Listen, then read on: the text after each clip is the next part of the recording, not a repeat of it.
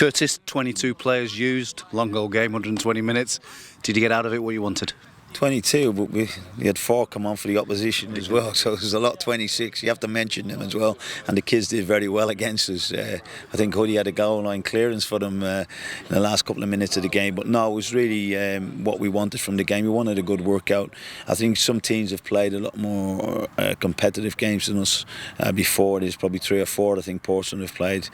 We haven't, but this is the way pre-season is gone, but we can show the fitness. I thought the lads looked fit and strong today, and we can see patterns coming along, and we can see relationships coming along with the new guys that have come in. So for us, that's the most important.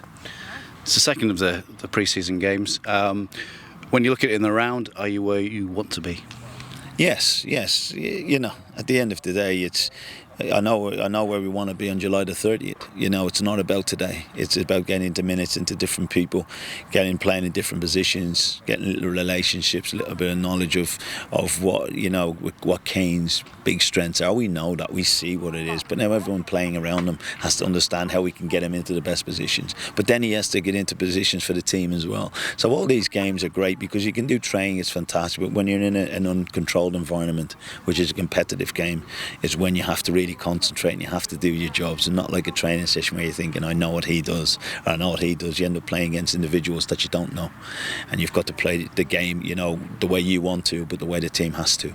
How scientifically do you measure the number of minutes that the guys played? Because he seemed to be very kind of strict and regimented. 5 on at this time. Max O'Leary comes on for Dan Belly. Yeah, it's very, very important to get the minutes right. I think back, you know, a few years ago, I think you just ran to the fell. I think there's a lot more science into it, and the medical staff with Dave and Paddy and all the guys have it down. And again, we will look at them as well with our football eyes, and we'll have a look and see who needs a few more touches of the ball, and just getting into the patterns that we're looking for. So we all get together and we judge it, and it's honestly, there's a lot of organisation, a lot of thought goes into it. You don't just come out with a few cones on the ball these days, and it's as we've always said, I think it's wonderful that we can play here, and we can only play here because the HPC pitch is as good as any in the country, and that's a real bonus for us. Young lad James Taylor played today. It was nice of him to come in, and you know, it was important that he got some minutes as well.